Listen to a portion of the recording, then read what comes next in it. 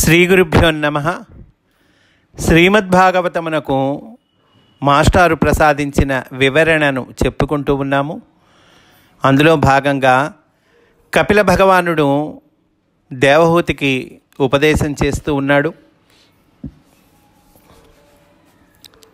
భక్తియోగము సక్రమము కావలెనచో ఈ దిగువ మార్గమును అవలంబింపవలెను. భక్తియోగము చక్కగా సక్రమము కావాలంటే ఏం చేయాలి?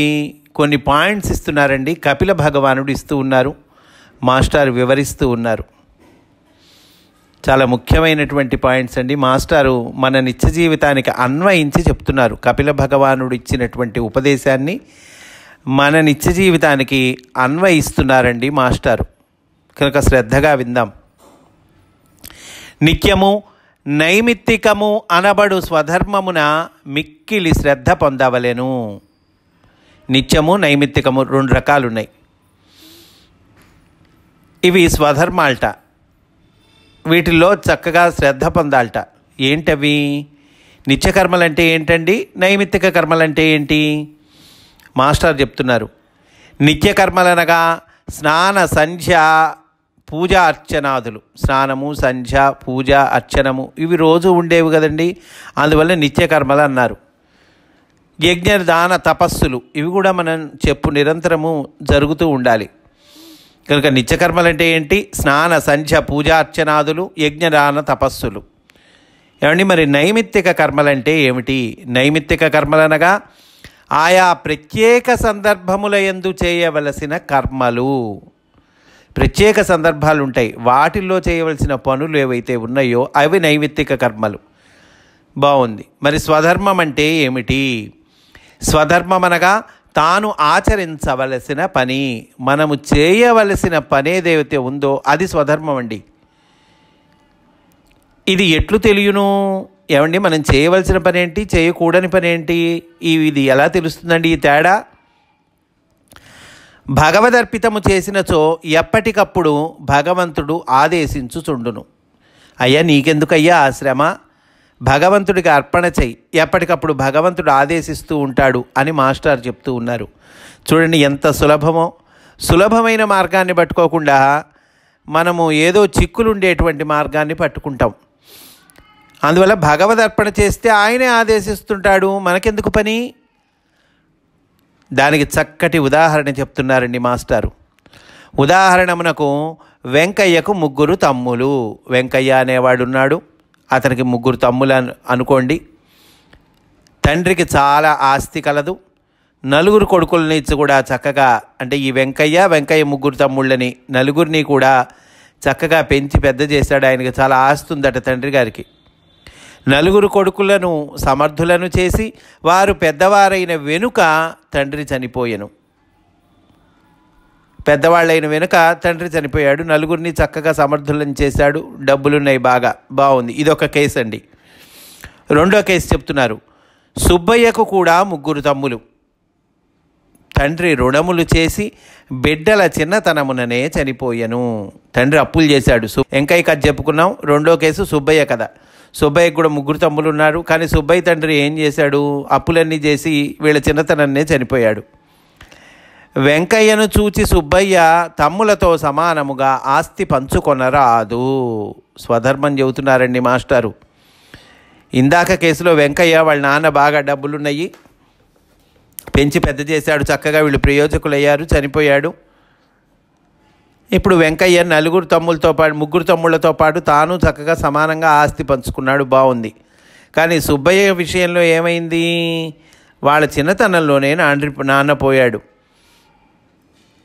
బాగా డబ్బులు ఇచ్చాడా? కాదు, చాలా అప్పులు ఇచ్చాడు. కానీ ఏవో ఆస్తులు ఉన్నాయి అనుకోండి. అప్పుడు ఈ సుబ్బయ్య అటండి 3 తమ్ములు వెంకయ్యను చూచి సుబ్బయ్య తమ్ములతో సమానముగా ఆస్తి పంచుకొనరాదు.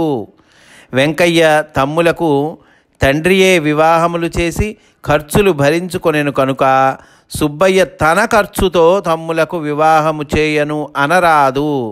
అయిగోయ ఫలానా వెంకయ్యకి వాళ్ళ నాన్న చేశాడు వెంకయ్య విషయంలో వాళ్ళ నాన్న చేశాడు తమ్ముళ్ళకి వివాహాలు, అందువల్ల నేను కూడా మీ వివాహాలు నాకు సంబంధం లేదు, నాన్న పోయాడు కాబట్టి నాకు సంబంధం లేదు అనకూడదండి. వివాహము చేయను అనరాదు, రుణములు తీర్పను అనరాదు. నాన్న చేశాడు అప్పులు, నాకేం సంబంధం, నేను తీర్చను అనకూడదు అంటున్నారు. ఈ విధముగా ఎప్పటికప్పుడు పరిస్థితుల రూపమున భగవంతుడు స్వధర్మమును ఉపదేశించును. ఆ పరిస్థితుల రూపంలో భగవంతుడు ఉపదేశిస్తాడండి స్వధర్మాన్ని. అదిగో ఈ పరిస్థితి కల్పించా, ఇప్పుడు నువ్వు చేయవలసినటువంటి కర్తవ్యం ఏంటో నువ్వు నిర్ణయించుకో.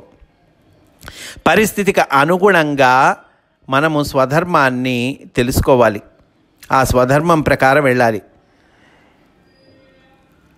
ఆ వెంకయ్య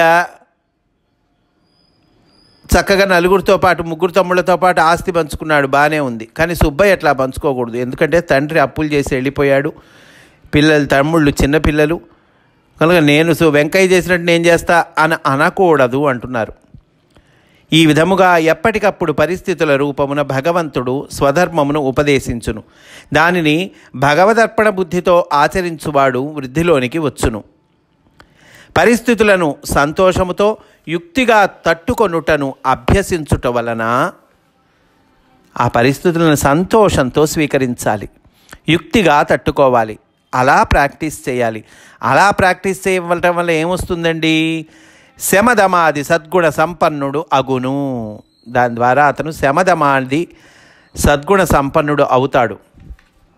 కామక్రోధాదులు అప్రయత్నముగా దమింపబడును అని అంటూ ఉన్నారు. అప్పుడు అప్రయత్నంగా దమింపబడతాయిట. అంటే ఈ పరిస్థితులు భగవంతుడు ఇచ్చినవి కనుక ఈ పరిస్థితులకు తగ్గట్టుగా నేను నా స్వధర్మాన్ని పాటించాలి అని నువ్వు అట్లా చక్కగా వెళ్ళిపోతూ ఉంటే అప్పుడు కామక్రోధాదులు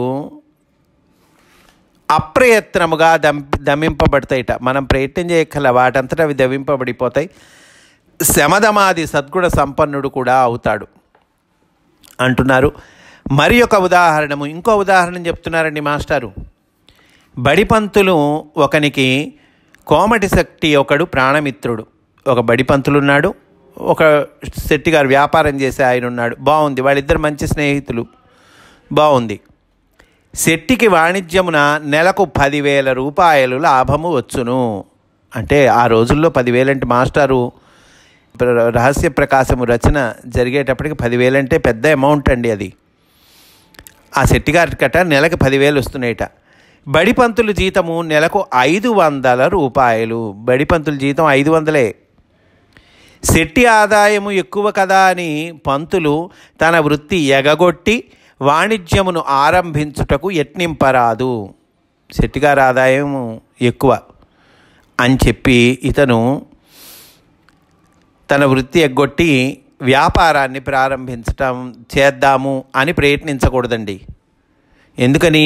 వీడికి ఇందులో టాలెంట్ ఉంది, వాడికి అందులో టాలెంట్ ఉంది. వీడి స్వభావం ఇది, వాడి స్వభావం అది.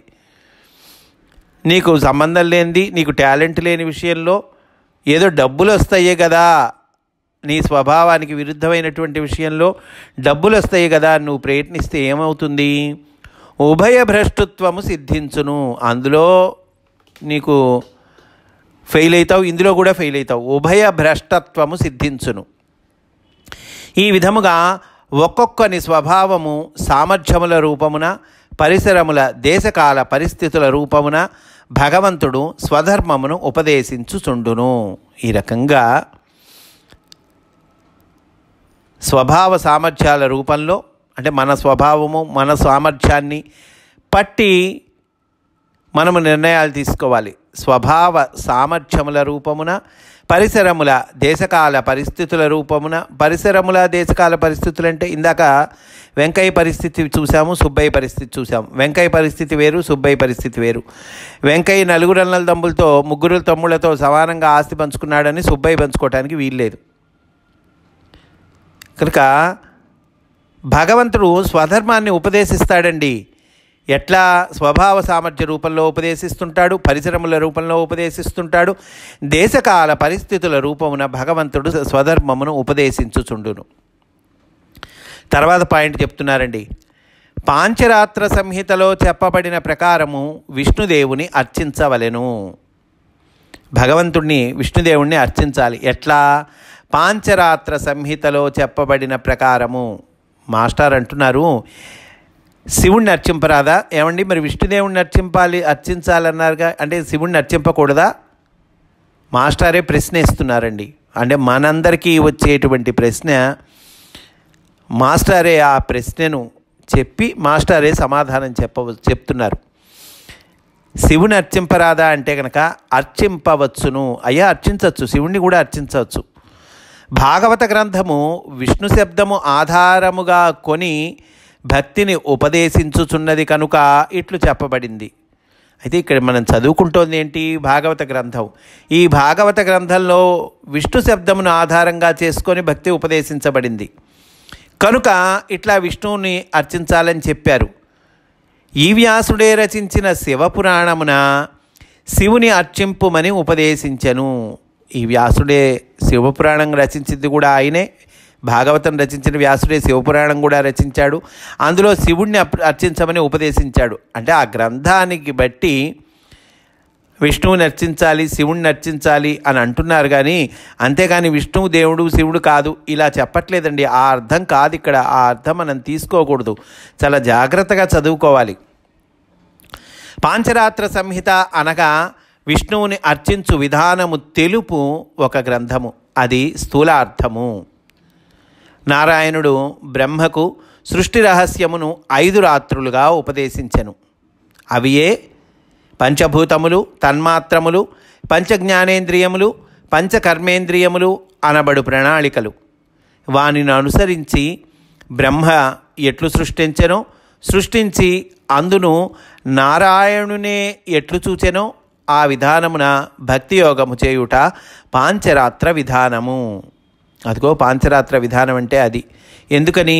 పాంచరాత్ర సంహితలో చెప్పబడిన ప్రకారము విష్ణుదేవుణ్ణి అర్చించాలి అని అన్నారుగా. అసలు పాంచరాత్రం అంటే ఏంటి? మాస్టర్ చెప్పారండి. ఇంకా చెప్తున్నాడు కపిల భగవానుడు, నా విగ్రహములను దర్శించినప్పుడు స్తోత్రము, పూజ, వందనము, ధ్యానము చేయవలెను. ఎవరైనా చేయుచున్నచో వినవలెను. అయ్యా నా విగ్రహాన్ని దర్శిస్తే గనక స్తోత్రం చేయాలి, పూజ చేయాలి, వందనం చేయాలి, ధ్యానం చేయాలి. లేదా ఎవరైనా అట్లా చేస్తుంటే చక్కగా కూర్చొని వినాలి, శ్రద్ధగా వాళ్ళకి సహకరించాలి. బాగుంది. దీనికి మాస్టర్ చెప్తున్నారండి, విగ్రహములనగా గుడిలోని విగ్రహములని సామాన్యార్థము. పైకి అర్థము సామాన్యమైనటువంటి అర్థం. విగ్రహాలంటే గుళ్ళోని భగవంతుడి విగ్రహాలు. ఏమండి మరి అంతరార్థము? జీవుల దేహములు విగ్రహములని పరమార్థము అంటున్నారు మాస్టర్. జీవుల దేహాలే విగ్రహాలు. ఇతరుల సద్గుణములను ప్రశంసింపవలెను. మనకి కనిపిస్తున్నటువంటి సాటి జీవులు వాళ్ళ దేహాలే విగ్రహాలయ్యా, భగవంతుడి విగ్రహాలు కనుక వాళ్ళ సద్గుణాలని ప్రశంసించాలి. అంటే నేను కనిపించినప్పుడు నా విగ్రహాలను దర్శించినప్పుడు స్తోత్రము, పూజ అవి చేయాలంటున్నారు కదండి. కనుక ఇతరుల సద్గుణములను ప్రశంసింపవలెను, పూజ్యభావము ఊహింపవలెను, వారికి చేయవలసిన పనులను దేవతార్చనముగా చేయవలెను. ఇతరులు మరి ఒకనికి సద్గుణములు ప్రశంసించుచున్నప్పుడు సంతోషముతో విని ఆనందించుటకు అభ్యంతరములు ఉండరాదు. ఇతరులు ఇంకోళ్ళకి సద్గుణాలు ప్రశంసిస్తున్నప్పుడు సంతోషంతో విని ఆనందించటానికి అభ్యంతరం ఉండకూడదు. చేయుచున్న పనుల ఫలితములపైకి మనస్సు పోరాదు. వాటి ఫలితాల గురించి ఆలోచించకూడదండి. చేస్తున్నటువంటి పనులు చేస్తూ ఉంటాం. దీన్ని చేయటం వల్ల నాకేం వస్తుంది అని నిరంతరం నాలాంటి వాడు ఆలోచిస్తూ ఉంటాడు. ఇక్కడ ఏమంటున్నాడు భగవానుడు? ఆ పనుల ఫలితములపైకి మనస్సు పోరాదు. ఎందుకంటే భగవద్ అర్పణంగా చేయాలంటున్నారుగా. ఇంకా మళ్ళీ అప్పుడు ఫలితంతో మనకేం పని? సజ్జనుల సమూహములందు ఆదరము కలిగి వారిని అభిమానింపవలెను. మంచివాళ్ళు సజ్జనులు వాళ్ళ సమూహాల ముందు ఆదరం కలిగి ఉండాలి, వాళ్ళని అభిమానిస్తూ ఉండాలి. దుర్బుద్ధి గల నీచులను చూచి జాలి పడవలెను కానీ ద్వేషింపరాదు. చెడ్డ బుద్ధి గల వాళ్ళు ఉంటారు, నీచులు. వాళ్ళని చూసి మనం జాలి పడాలి, అంతేగాని ద్వేషింపరాదు. వాళ్ళని ఇట్టాంటివాడు, వాడు అట్టాంటివాడు, వాడు ఇట్టాంటివాడు, వాడు కనిపిస్తే నేను ఇట్టంటాను, వాడిని దులుపుతాను, అది మన ద్వేషం అండి. అట్లా ద్వేషింపకూడదు అంటున్నారు. వారు ఇతరుల దుర్గుణములను ప్రశంసించుచుండగా, ఇట్లాంటి దుష్టులు ఎవరైనా ఇతరుల దుర్గుణాలని ప్రశంసిస్తున్నారనుకోండి, వాడు బలానా వాడిని మోసం చేశాడు, చూడు ఎంత తెలివిగా చేశాడో, ఏదో రకరకాలు అంటుంటారు, మాట్లాడుతుంటారు. అప్పుడట మనము చిరునవ్వుతో మౌనము వహించి యుక్తిగా తొలగిపోవలెను అంటున్నారు మాస్టారు. చిరునవ్వుతో మౌనం వహించాలి, యుక్తిగా పక్కకి తప్పుకోవాలి, మనకెందుకు అనవసరం. ఇంకా అంటున్నారండి, ఇవన్నీ పాయింట్స్ వైజ్లో ఇచ్చారండి మాస్టారు, 10 పాయింట్స్ ఇచ్చారు ఇక్కడ. తనతో సమానమైన హోదా కలవారితోనే సన్నిహిత మిత్రత్వము పొందవలెను. మనతో సమానమైన హోదా ఉంటుంది ఎవరికి ఉంటుందో వాళ్ళతోనే మిత్రత్వం పొందాలట. సన్నిహిత మిత్రత్వం, క్లోజ్ ఫ్రెండ్షిప్ వాళ్ళతోనే చెయ్యాలంటున్నారు. ఎందుకని మాస్టర్ చెప్తున్నారు, మనకన్నా ఎక్కువ ధనము అధికారము కలవారితో మైత్రి చేసినచో ఎందుకైనా పనికి వత్తురని తలపరాదు. వాడు బాగా పై పొజిషన్లో ఉన్నాడు, వాడి దగ్గర బాగా డబ్బులు ఎక్కువ, ఏ రోజైనా వీడు పనికి వస్తాడు, ఎప్పుడైనా వీడు అవసరం వస్తుంది అని తలిచి వాడితో స్నేహం చేయకూడదటండి. వారికి కూడా తాను మిత్రుడు కావచ్చును, కానీ కావాలంటే వాళ్ళకు కూడా ఫ్రెండ్ అవ్వు నువ్వు. వారిని మిత్రులుగా తాను స్వీకరింపరాదని శుక్రాచార్యుని నీతి మార్గము అంటున్నారు మాస్టారు. అదయ్య శుక్రాచార్యుడి నీతి మార్గంట ఇది. నువ్వు కావాలంటే వాడికి మిత్రుడివి అవ్వు, కానీ వాణ్ణి మిత్రుడిగా స్వీకరింపరాదు అని శుక్రాచార్యుని నీతి మార్గము అని మాస్టర్ మనకు అందజేస్తూ ఉన్నారు. యమము నియమము మొదలగు క్రియలతో యోగాభ్యాసము చేయవలెను. అధ్యాత్మము, అధిభౌతికము, అధిదైవము, అధియజ్ఞము అనబడు శాస్త్ర మార్గములలో సృష్టి రహస్యములను గ్రహింపవలెను. తనకు తెలిసిన ఈ సమస్తమును శ్రద్ధ గలవారికి వివరించవలెను. నీకు తెలిసిన సమస్తం కూడా శ్రద్ధ కలవాళ్ళకి, అందరికీ కాదండి, ఎవరికైతే శ్రద్ధ ఉంటుందో వాళ్ళకి చక్కగా నువ్వు తెలుసుకున్న విషయాన్ని వివరించు. ఇది ఋషి రుణము తీర్చుకొనుట అగును అంటున్నారు మాస్టారు. మనకు తెలిసినటువంటి విషయాన్ని చక్కగా ఆధ్యాత్మిక విషయాన్ని, భక్తి సంబంధమైన విషయాన్ని, భగవత్ సంబంధమైనటువంటి విషయాన్ని శ్రద్ధ గల వాళ్ళకి వివరించడం ద్వారా ఏమవుతుందట, ఋషి రుణము తీర్చుకొనుట అగును అంటున్నారు మాస్టారు. కనుక భక్తి యోగము సక్రమం కావాలనచో మార్గమేమిటి అనేటువంటిది కపిల భగవానుడు మనకి ఇస్తూ ఉన్నారండి, మాస్టారు వివరిస్తూ ఉన్నారు. ఈరోజు ఇక్కడితో పూర్తి చేసుకుందాం. రేపు కూడా ఇదే అంశంలోని విశేషాలను చెప్పుకుందాము అని సవినయంగా మనవి చేసుకుంటూ స్వస్తి. వాసుదేవ.